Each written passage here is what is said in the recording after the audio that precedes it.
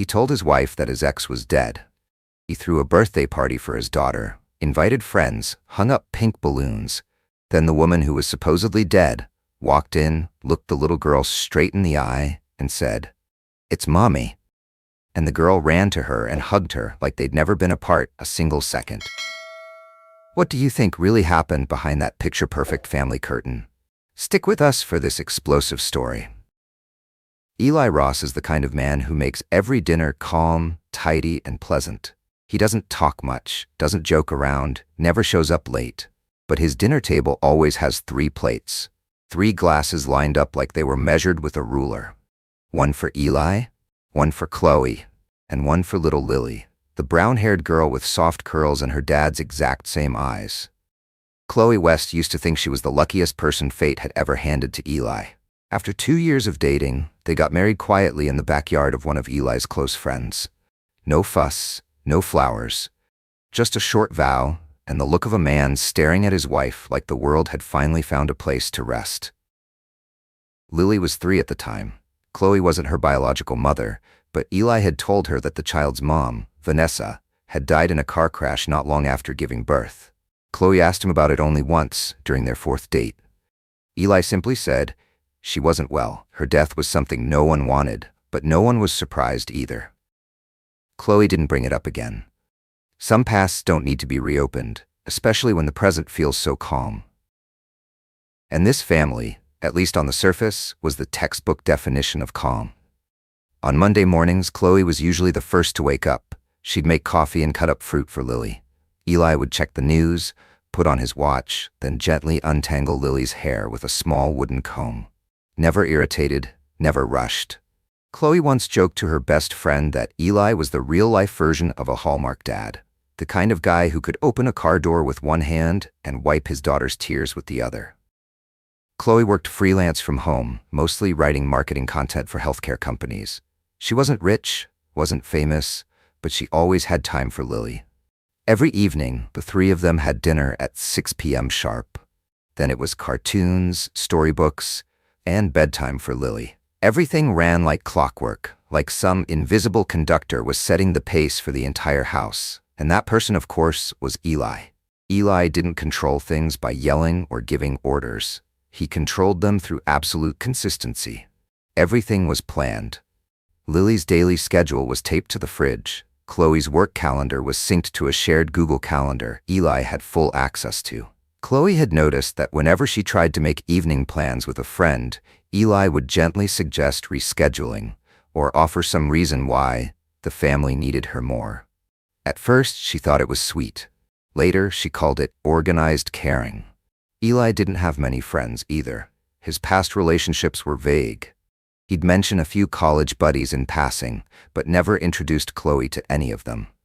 Whenever someone called that Chloe didn't recognize, Eli would step outside to take it. When he came back in, he'd say nothing important, work stuff. And she believed him, because in 3 years of marriage, Eli had never raised his voice, never lost his temper, and never let anything fall out of line.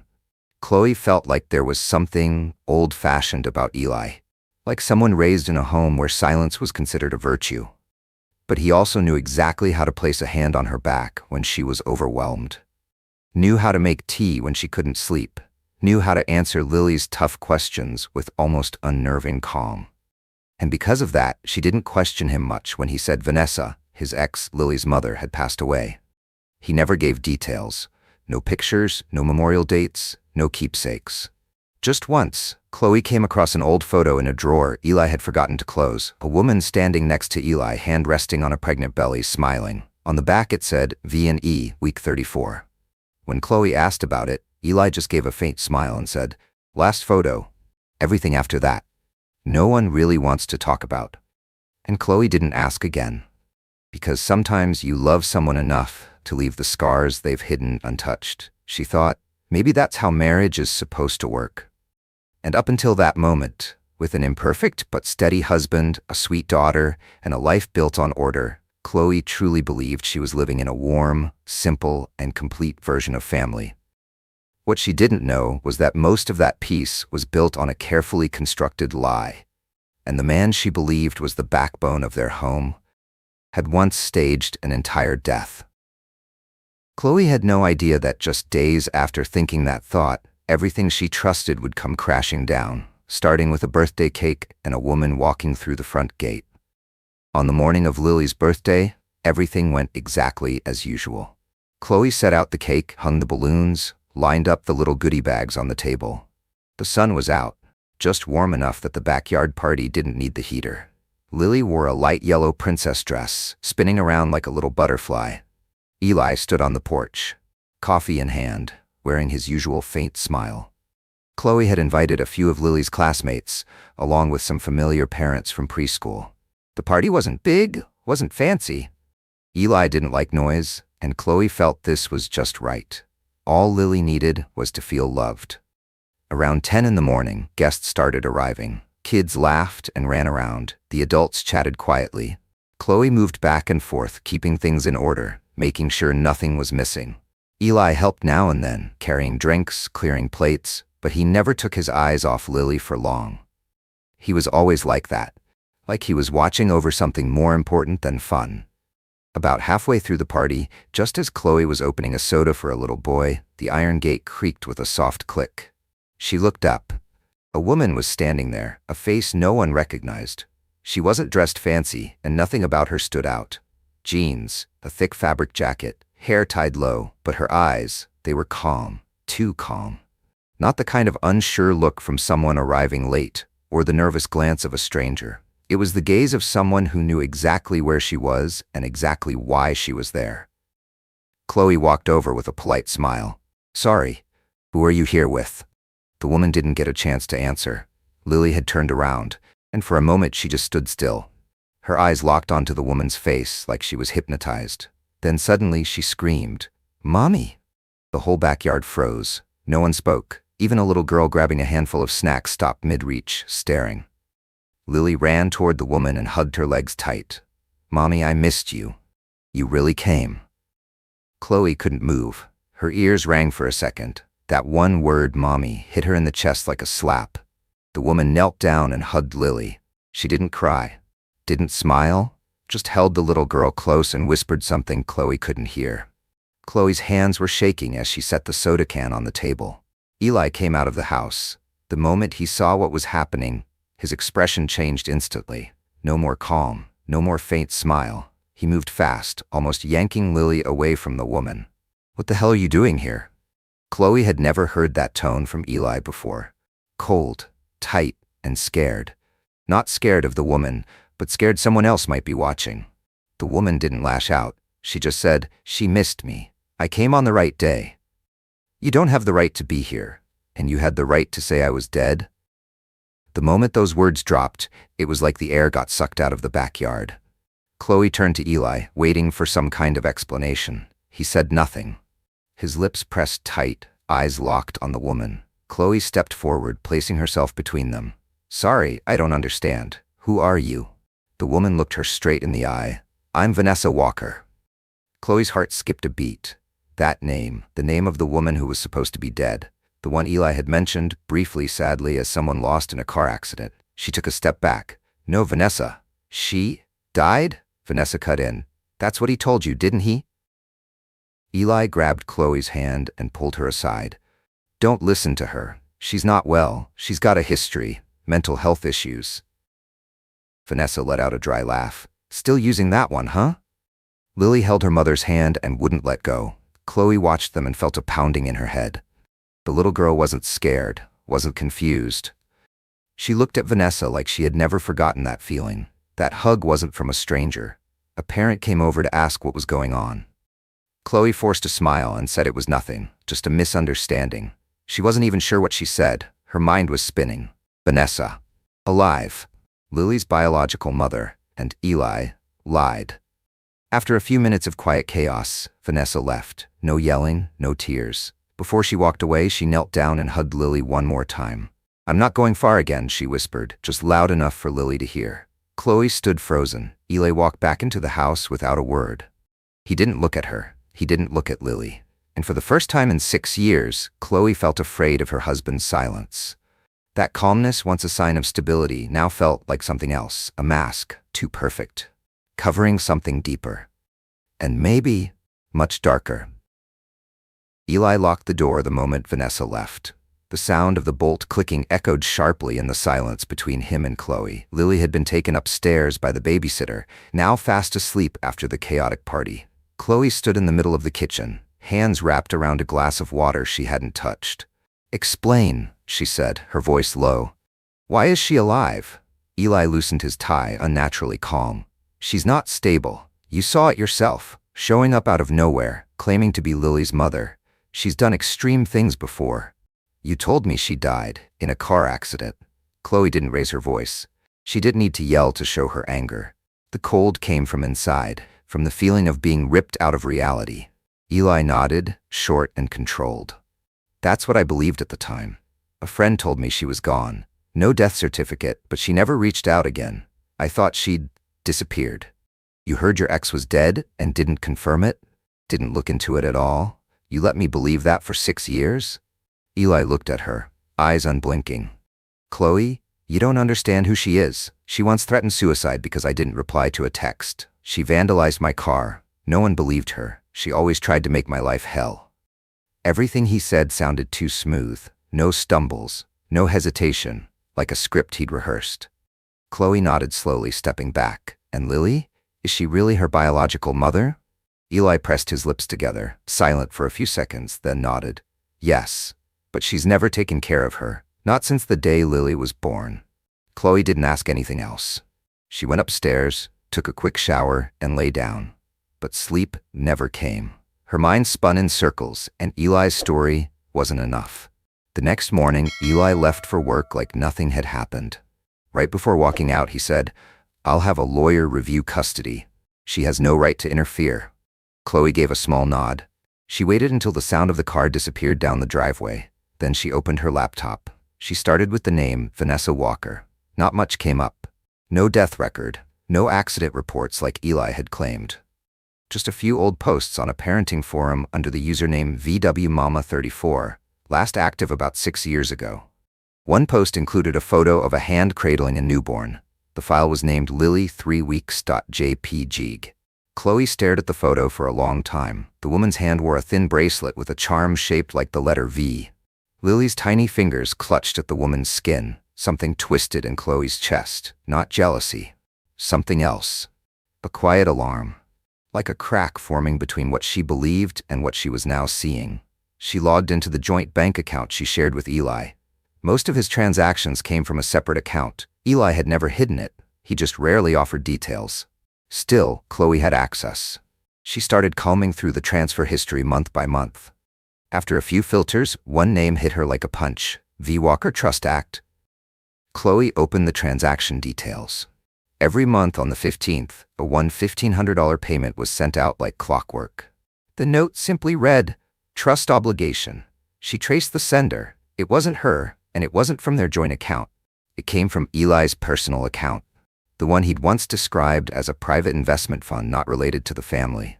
Her heart started to pound. She opened Eli's personal email. She knew the password. He'd never changed it. In the archives, she searched for Vanessa. A string of emails came up. Not many. Just 5 or 6, but enough. One was from the year before. "The payments will continue on the 15th, as long as you keep your word. No appearances, no contact with Lily, no telling anyone anything. Don't forget, I have the full record of what you've done. Don't get stupid." Chloe leaned back in the chair, hand over her mouth. Those words, they didn't sound like someone protecting a child. They didn't sound like a father shielding his daughter from danger. They sounded like someone silencing a threat. She scrolled further down the email thread. An older message had a PDF attached. Title, "Termination of Parental Rights Agreement, Vanessa Walker." Chloe opened it. A bare-bones contract, but signed by Vanessa, dated 6 years ago. She read every line. Vanessa had once agreed to give up her rights as a mother, and Eli was listed as the legal representative who filed the paperwork with the court. Chloe felt sick. The room tilted. All these years, she'd been living beside a man who built a story of decency out of money, lawyers, and a lie told often enough to become truth. She went back to the old files in Eli's folders. There was a photo of Lily's birth certificate. The line for mother's name was blank. Not forgotten. deliberate. Chloe didn't cry. She just sat there, staring at the light cutting through the window blinds. She couldn't tell if she was angrier about being lied to or about ever believing she was lucky to have Eli. She thought about Vanessa, that calm, unapologetic gaze, and suddenly understood. Some people don't show up to take something back. They show up to tear the mask off, so others can finally see the truth. The truth Chloe had started uncovering wasn't in Eli's words. It was in everything he'd tried to hide. And that story, the real one, began 7 years ago. 7 years ago, Vanessa Walker stood in the kitchen of her rented apartment, one hand on her 6 months pregnant belly, eyes locked on the printed document lying on the table. The apartment was small. Thin walls. The lingering smell of old takeout still hung in the air. Outside, car horns blared from the main avenue. She didn't flinch. Everything felt squeezed tight beneath the bold headline at the top of the page. Termination of parental rights. Unilateral consent. Eli Ross stood across from her. White, dress shirt, hands in his pockets, expression cold. Not angry, not pleading, just waiting. The kind of waiting done by someone who knows they'll get what they want, sooner or later. "You're calling this protection?" Vanessa asked, her voice dry and cracking. Eli stepped forward and set a yellow envelope in front of her. She already knew what was inside. Bank transfer confirmation. $25,000. Exactly what the hospital needed for her father's emergency surgery. "I'm not trying to fight you," Eli said, voice even. "I just want Lily to have stability. No chaos, no mood swings, no recurring mental health episodes." Vanessa let out a bitter laugh. "I used to love you, Eli. Used to think you were quiet because you'd been hurt. Turns out it's because you're just that good at controlling people." Eli didn't flinch. He simply nudged the pen toward her. "We both know your dad won't make it without the surgery, and you know the hospital's not going to wait." Vanessa looked at the paper, then down at her belly. The baby kicked, just a gentle nudge. A reminder. Something alive. Part of her body, part of her soul. She had planned to raise the baby alone. Hard or not, with or without Eli. But now, with her father in the ICU, and that money sitting right in front of her, the choice wasn't so simple anymore. "After I sign," she said, "you'll disappear from my life." Eli nodded. "No one will bother you. I'll take care of the baby. You won't have to worry about a thing." Vanessa picked up the pen, her hand trembling slightly. A second before it touched the paper, she looked up. "What are you going to tell people? That you walked away, that you didn't want to be a mother, that you had mental health issues and gave up your rights willingly?" Vanessa froze, the pen suspended in midair. "I don't have any psychiatric record." Eli pressed his lips together. "That's not a problem. I know doctors. They'll sign off if I ask. What matters is you stay quiet." She signed. 3 weeks later, her father died. A week after that, Vanessa received a court notice confirming that Eli had been granted full custody on the grounds that the mother is mentally and financially unfit. She had no lawyer to defend her. She wasn't summoned to appear in court. No one asked what she wanted. There were only documents, prepped in advance, officially stamped, and handed to the right people at exactly the right time. Vanessa tried to reach Eli. Once, he didn't pick up. She sent an email, no reply. She went to the address where he used to live.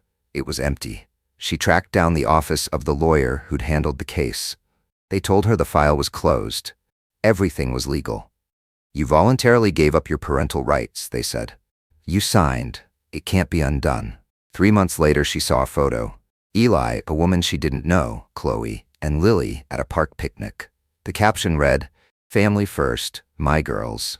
Vanessa collapsed onto the bathroom floor, curled up like she'd just been torn from her child by force. She tried to petition the court to reopen the case. No lawyer would take it.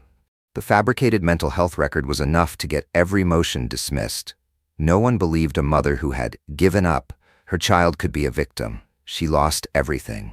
Her daughter, her name, her chance to make things right. A few months later, she got an email. No sender. Just one sentence. "It's done. Disappear." Vanessa moved, changed her name, lived quietly, working temp jobs, carrying the weight of it all inside her. But she kept watching. She made an anonymous account and followed Chloe's Facebook. Eli's too. She watched Lily grow up through pictures. Every birthday, every Christmas, every scraped knee, and every time her daughter was scooped up by a woman who wasn't her. Vanessa didn't want to destroy anything. She knew that if she made noise, all the blame would fall on her. The mother who signed it away, the woman who gave up. But the silence, it was a steady cut. The longer she held it in, the deeper it hurt. The year Lily turned 5, the money started coming. The account name, ER Holdings.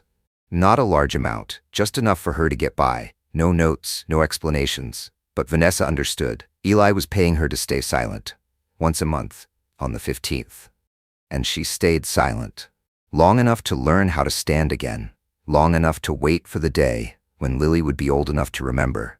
Sharp enough to see. She didn't come back to reclaim her child. Not to seek revenge. She came to drag Eli out from the moral shell he built for himself. And to let Lily know. They didn't take her mother with a weapon. They took her with a signature, and lies stamped with legal approval. Chloe read that last email again before stepping out of the car. She wasn't sure why she'd agreed to meet Vanessa. Maybe curiosity. Maybe because she couldn't stand living inside someone else's script anymore. Or maybe because she needed to look directly at the woman Eli had tried so hard to erase. The woman her daughter once called Mommy. The cafe was tucked behind a row of red brick buildings, quiet and mostly empty. Vanessa was already seated at the far corner near the window, back straight, hands folded neatly on the table like she was there for a formal meeting. No flowers, no tears, no polite greetings. When Chloe approached, Vanessa simply gave a small nod. "Would you like something to drink?" Vanessa asked, her voice calm. Not cold, but not warm either.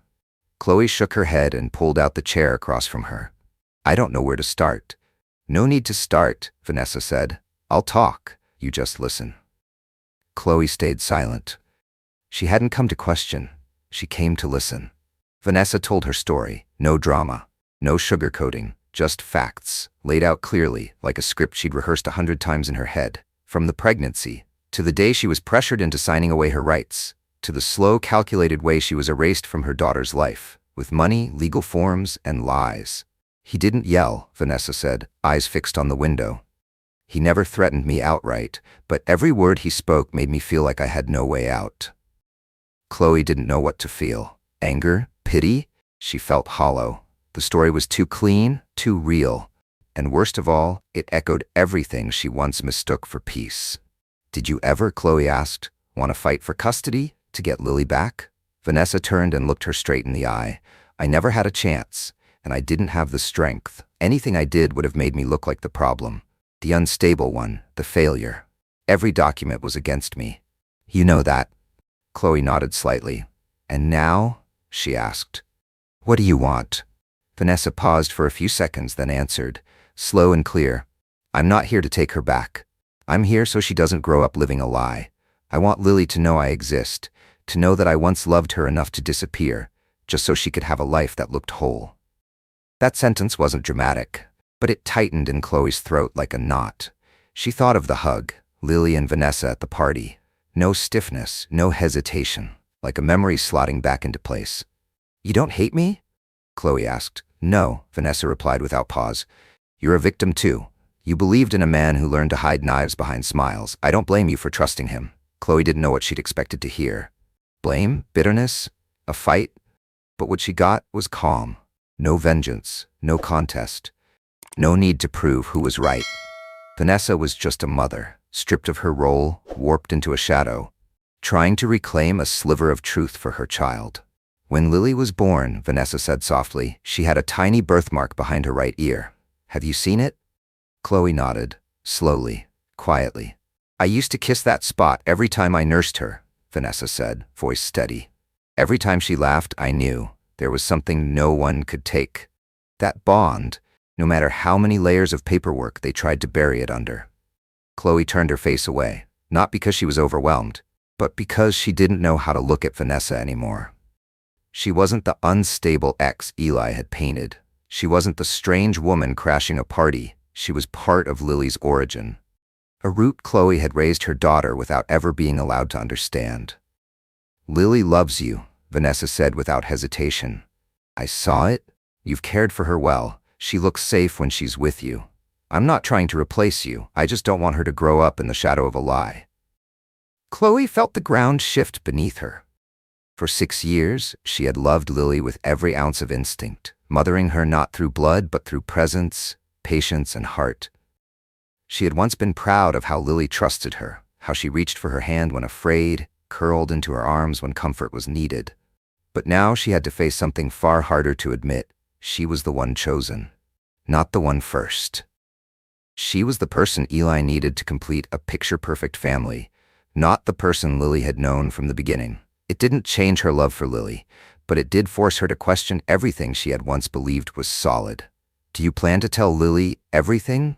Chloe asked, voice barely a whisper. Vanessa shook her head. "Not yet. I'll wait until she's old enough to understand, and if you're willing, you can be the one to tell her." Chloe nodded slightly. She didn't know if she could do it, if she could carry the weight of that truth when the time came. But for the first time in years, she saw another mother. Not an enemy, not a threat, but someone who, like her, had been forced to the sidelines. And she began to wonder, is being a mother just about loving a child? Or is it also about facing the truth, so that child can grow up with a whole memory, not just half of one? Chloe left the cafe in the late afternoon, kept never looking back. The meeting ended in silence. No handshake, no promises, no thank you. But as she shut the car door, she knew one thing for certain. The time for trusting Eli was over. Now came the reckoning. That evening, Eli came home later than usual. Chloe sat at the dinner table in the dim light, not turning on the overheads, just letting the kitchen glow spill softly across the floor. She wasn't waiting like a wife expecting conversation. She was waiting like someone who deserved answers. Eli stepped inside, slipped off his coat, and paused when he saw her. "You're still up? We need to talk." He sat across from her. No water, no small talk, just waiting. "I met with Vanessa," Chloe said.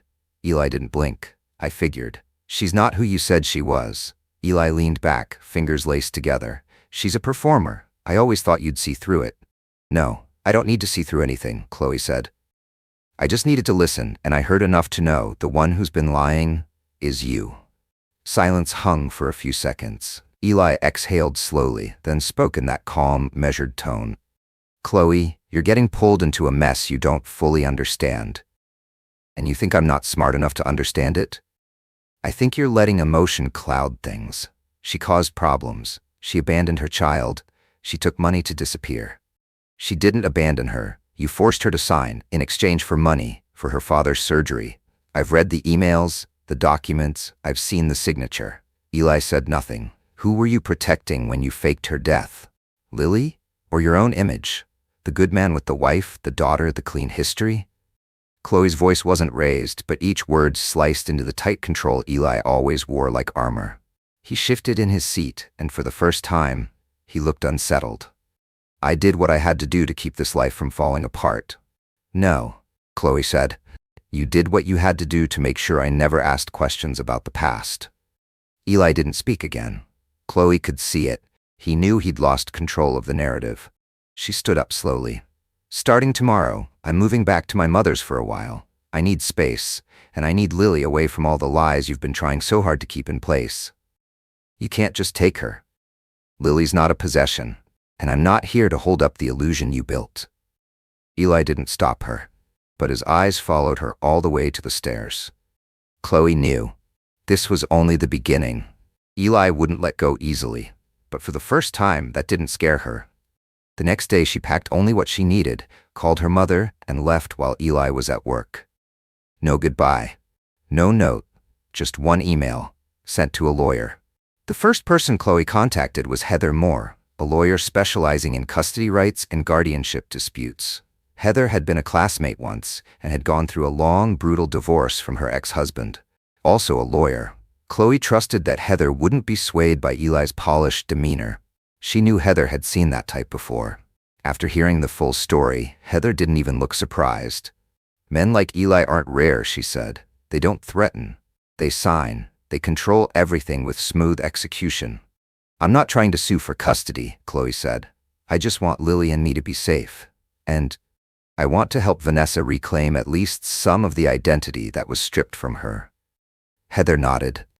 Then we start with the old case files. If there's even a hint of forgery or procedural failure, he won't be able to bury it this time. Chloe forwarded everything. Emails, the draft agreement, the psychological reports. Heather passed the files to a professional legal investigator, someone who knew how to trace what had been buried, forged, or quietly slipped through the system. At the same time, Chloe reached out to Vanessa again. They met once more, this time without tension. There was only one shared goal now, to rebuild the truth, quietly, deliberately. Vanessa was cautious at first. "I don't want Lily caught in the middle of a legal mess." "We're not doing this to Lily," Chloe said. "We're doing this for her, so she never has to grow up choosing between two versions of the truth." Vanessa nodded, and for the first time, something in her softened. Her eyes let go of their guard. Her posture no longer carried the weight of someone always bracing for retreat. The strategy was clear. Heather would use the documents Chloe had gathered to file a motion challenging the legal validity of the parental rights termination. If the court agreed to review it, Vanessa could request to restore formal contact with Lily without triggering a full custody battle. There would be no press, no public accusations, no spectacle. Everything would unfold quietly, legally, each move like a precise incision, small but deep. And Chloe, once the one who'd been deceived, was now the one untangling the truth. Not out of revenge, but to strip away the moral paint Eli had used to construct the perfect family portrait he clung to so desperately. Chloe had never imagined that leaving a man like him could be this quiet. No slammed doors, no tears, no shouting over furniture or finances, just a few light bags, some of Lily's essentials, and a single car ride away from the house that once passed for stable. Eli didn't try to stop them. He didn't call. He just sent a short, hollow message after realizing they were gone. "I hope you know what you're doing." Chloe didn't respond, because for the first time in 6 years, she did know exactly what she was doing. They moved into Chloe's mother's old house in the suburbs, a place with a small flower garden, a weathered wooden swing, and a kitchen that always smelled faintly of baked cinnamon and butter. Lily sat cross-legged on the carpet, clutching her teddy bear, eyes wide as she scanned the new space.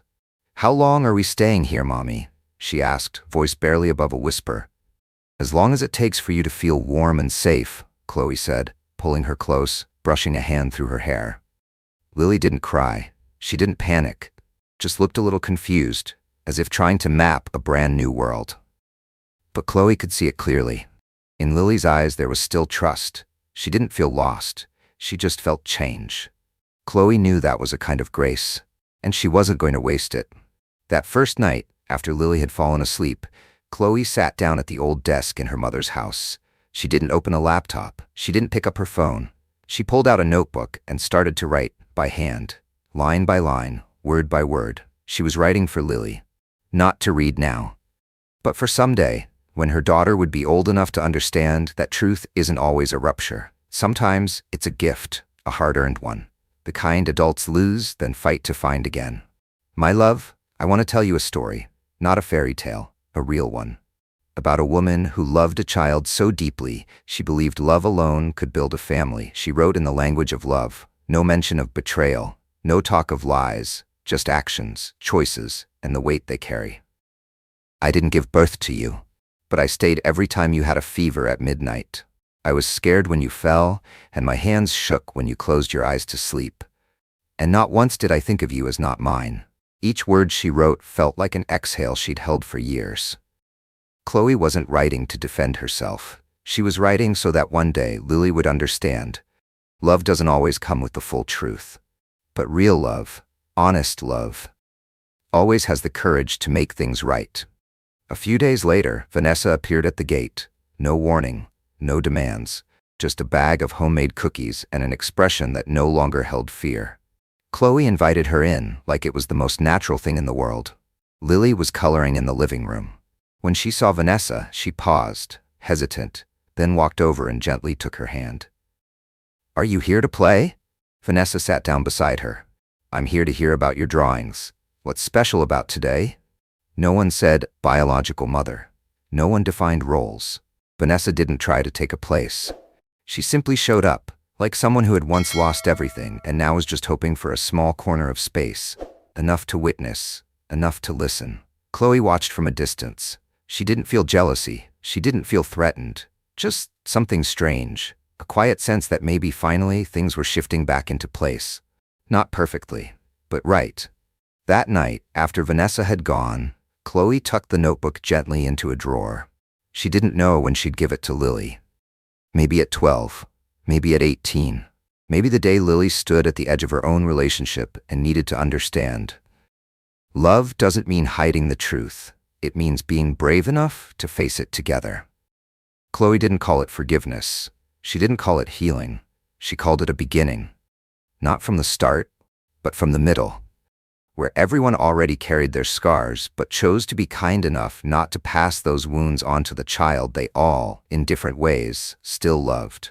That night, Lily slept soundly in Chloe's arms, unaware that the world around her was shifting, or maybe she did feel it. The quiet, unspoken understanding between three adults learning how to hold still. Learning not to pull the child toward one side or another, but to steady the road beneath her feet, to clear the way, together. But peace built on lies never holds for long. And as Chloe and Vanessa stepped quietly toward the truth, the system Eli once controlled, so carefully, so thoroughly, began to crack from within. And then, inevitably, truth stopped being a choice. It became a consequence. The investigation began quietly, just like the way Eli used to control everything. Only this time, he wasn't the one at the wheel. Heather Moore, Chloe's attorney, working with a team of private legal experts, filed a petition with the county court. The claim, procedural violations and potential document forgery in the parental rights termination case of Vanessa Walker. Questionable medical records, a signed agreement with no verified witness, and most damning, a financial trail of discrete monthly transfers from Eli's personal account straight to Vanessa. It was all laid out, clear, coherent, cold enough to be irrefutable. When the court's order for clarification landed on the desk of the law firm that once represented Eli, the first response wasn't denial. It wasn't defense. It was silence. The kind of silence people hold when they know they're sitting on a pile of papers that stink. The news hadn't hit the press, but in financial circles, where Eli had once been a respected name, rumors spread faster than any headline. A businessman celebrated for his model family, a regular speaker on professional ethics at conferences, was now the center of one relentless question. If he could fabricate a death, what else on his balance sheets might be fiction? Eli was asked to step back from his executive role at the investment firm where he held major shares. Deals in progress were quietly canceled. Several high-net-worth clients demanded audits. It wasn't a scandal yet, but it was a precision strike, a quiet storm hitting all the right pressure points, and it was enough to bring down an image he'd spent more than a decade perfecting. Chloe didn't feel joy, didn't feel vindicated. She watched it unfold like an unwilling spectator at the silent collapse of a castle made of PR and polish. The only thing she felt was relief, the kind that doesn't cheer, it just exhales. Like a weight that had lived on her chest for 6 long years had finally been lifted. Chloe never got a call from Eli, no apology, no confrontation. Maybe he knew, by now, words had lost all currency. The truth had spoken, and any defense would only echo it louder. Lily continued going to school, still ate cereal for breakfast, still drank strawberry milk like any other child. She knew nothing of what was unfolding in the world of adults. Chloe and Vanessa kept their promise. Lily stays out of the storm. Every weekend they took turns bringing her to the nearby park. No rigid schedule, no legal paperwork, just a quiet agreement between two women who had once stood on opposite sides of a line, and now stood beside a child they both wanted to protect. Not with rules, not with control, but with something softer, gentler, safer, the way love should look when it's done right. That Saturday afternoon, the air was cool. Leaves had begun to fall in soft golden circles around the worn wooden benches. Lily was playing on the slide with a group of new friends, her laughter bright and effortless. Chloe and Vanessa stood a few steps apart, both watching, neither speaking, neither intruding on the other's space. Chloe wore a charcoal gray knit coat. Vanessa had on an old jacket, the cuffs frayed from time. Two women, not friends, not enemies, standing like branches once broken, now growing in separate directions, yet still rooted in the same soil. No one mentioned Eli. There was no need. His name had no weight here anymore. Every step Lily took, every time she looked up and called Mommy or Miss Vanessa, was living proof that what Eli had tried so hard to control was no longer his to hold. Vanessa exhaled softly.